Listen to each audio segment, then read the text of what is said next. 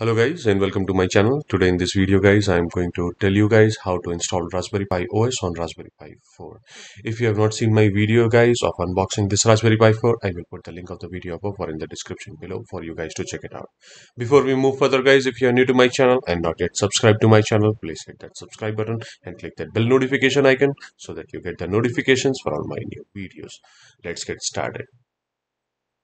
To start with the Raspberry Pi OS installation, you need to open the Raspberry Pi imager and then select the Raspberry Pi OS. The default one is 32-bit. If you want to install 64-bit, you need to go on Raspberry Pi OS others and select the Raspberry Pi OS 64-bit version and then select the storage. This is the memory card which is there on your computer. Please note that once you select this memory card, it will erase all the data. So ensure that you select the correct memory card which is there on your computer or Windows computer installed. So as you can see guys, now the Raspberry Pi OS 64-bit version is now completely written on your SD card which you selected. Now you can remove the SD card and insert into your Raspberry Pi and start to boot. If you have not seen my videos of installation of Ubuntu OS and Windows OS, I will put the link of the videos above or in the description below for you guys to check it out. Also guys, if you do not know how to download the Raspberry Pi imager, I will put the link of the Raspberry Pi imager software download link in the description below for you guys to check it out. So now guys, let's move on to the Raspberry Pi and do the first boot of Raspberry Pi OS 64-bit version. So on the first boot guys, as you can see, it is resizing the memory card so as to utilize the whole space on your memory card, and it will boot up into the Raspberry Pi OS. Now this will prompt you for some basic settings that you need to do before you can start using the OS. First thing is the country selection and the language and the time zone so as to update your location and the time zone or the time on your Raspberry Pi based on your location selected. And also you can use the language and the keyboard which is default to your country to use. For me, US is fine, so I will select English US keyboard and hit next. It will set up the location. It will prompt you to change the default password of Raspberry Pi. The default password for Raspberry Pi is Raspberry. If you want to change this, you can type in your password that you want and then retype the password to confirm the password and then hit next so as to change the password for your Raspberry Pi. This says that if your top taskbar is not fit into the screen, then you can select that option. I do not need that. The next one is to choose your Wi-Fi that you need to connect. So I selected my Wi-Fi and typed in my password and then hit next. This will connect your Wi-Fi and then it will ask for the software update. Hit next. It will download and install all the latest update at that point of time to update your Raspberry Pi OS.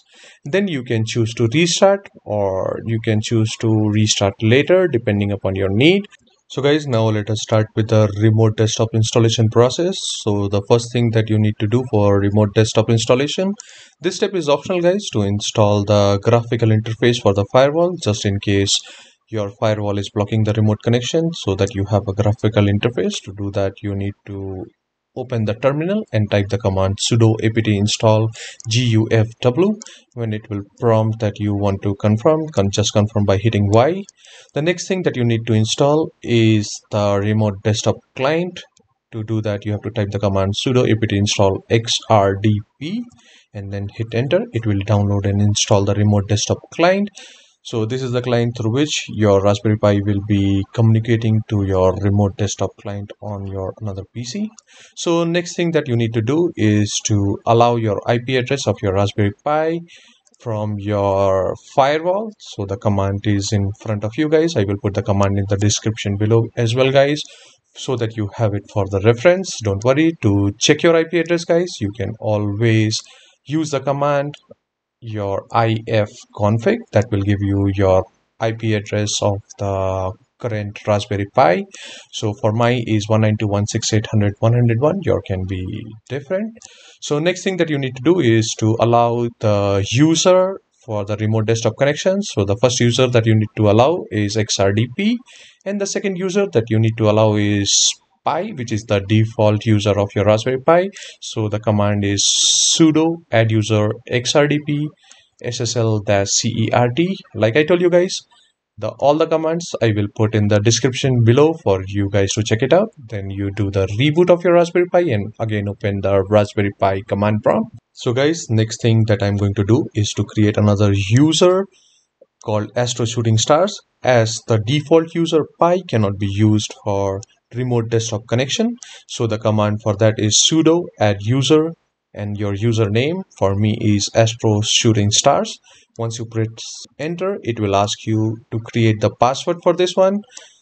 Type your password, do not forget, as it will not be visible, and it will ask you to reconfirm the password and then ask for more details. You can type your full name. Here I'm going to type the full name as my username, AstroShootingStars. You can use your username as you like. When you hit enter, it will ask for the next information called room number. You can type any 2-digit number or your house number or anything that you want to type there. Then it will ask you for the work phone. You can type any random number or your real number as you would like. I'm typing here 1 2 3 4 5 6 7 8. The same I'm going to type for the home phone, and then it is asking for any other information that you want to provide. I am typing NA. Then it will ask you for the confirmation if the information is correct, and it will create the user. Then I am going to make this user as admin so that I can do the administration work from remote desktop as well. So the command for that is sudo adduser AstroShootingStars, your username, and adm. So it will add the user to the admin group. Next thing that I'm going to do is to add the user to a lot of other groups as well. This is an optional step, guys. You can skip if you want. So this command does is add the user to all possible groups present in the Raspberry Pi. I will do it anyways, guys. If you want, you can skip. So the command is sudo usermod, your username -a-g, and all the group's name. I will put the command in the description below for you guys to check it out. So the next thing that I'm going to do here is to give my username a sudo command authorization. To do that, guys, you need to type command sudo vi sudo, and it will open the file where you have a section for user privilege specification. You need to type the specification very similar to the root username. Type your username as AstroShootingStars and then all equal all colon all space all. So this will give your username to do the sudo command from remote desktop as well using the command prompt.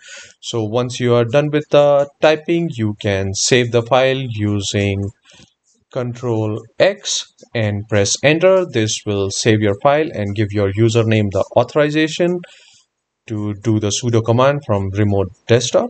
Once you hit Ctrl X, this will close your file and finalize the authorization.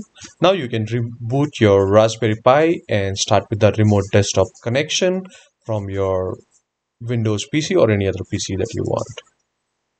So in the remote desktop client, you can type your IP address and then your username and the password for your remote desktop user.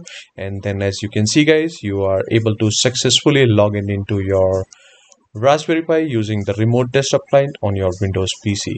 Now let us open the browser and check if you're able to access the internet and do things on your Raspberry Pi using the remote desktop connection. I will open the browser and type Google, and if it loads, that means you're able to connect your Raspberry Pi and do the operations. As you can see, guys, my Google is successfully loaded on my Raspberry Pi 4. So this is it, guys. This is how you set up your Raspberry Pi OS for remote desktop, and this is how you install your Raspberry Pi OS on your Raspberry Pi. So guys, this concludes the tutorial for installation of Raspberry Pi OS on Raspberry Pi and doing the remote desktop connection.